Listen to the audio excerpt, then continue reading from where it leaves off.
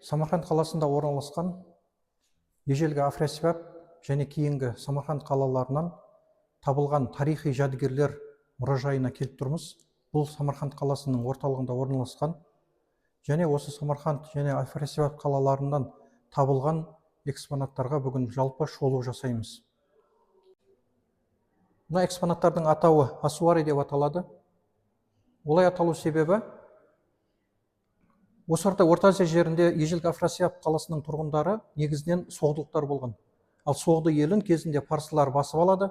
Сол парсылар басып алғаннан кейін олар зарастризм дінін осы жерге тарқатады Орта Азияға. Зарастризм діні бойынша адамды денесін жерлемейді.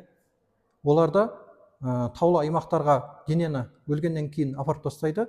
Ол құстар келіп шоқып жеп, яғни сүйегі қалған кезде осындай асуари дейтін ыдыстарға сүйектерін салып, кейін қойып қоятын болды. Бұл зарастризм діні бойынша жасалған өздерінің, былайша айтқанда, діни әдет-ғұрыптары болып есептелінді. Мына экспонаттың аты хум деп аталады, яғни құмыраның үлкені. Бұл құмыра су құю үшін арналған болса, сұйықтыққа арналған болса, бұл азық-түлік салып қоюға арналған. Яғни бидай, арпа деген сияқты тары талқан салуға, әсіресе тары салуға, немесе бидай астықтарын салуға арналған болып есептелінеді. Не үшін? Себебі мынандай ыдысқа салынғаннан кейін бұны тышқанда, әртүрлі жәндіктерде, яғни жей алмайтын болған. Енді бұның көлемі үлкен болады.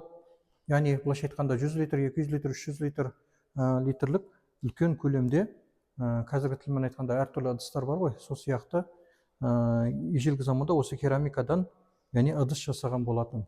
Бұны көбіне жерге көміп те қойған, негізінен жерге көміп, яғни бетін жапқышпен жауып, соның ішіне, мысалға алатын болсақ, Отырар қаласы әртүрлі қалаларды қазған кезде, мысалы, сол жерде арнайы бөлмелердің асханасы кездесті.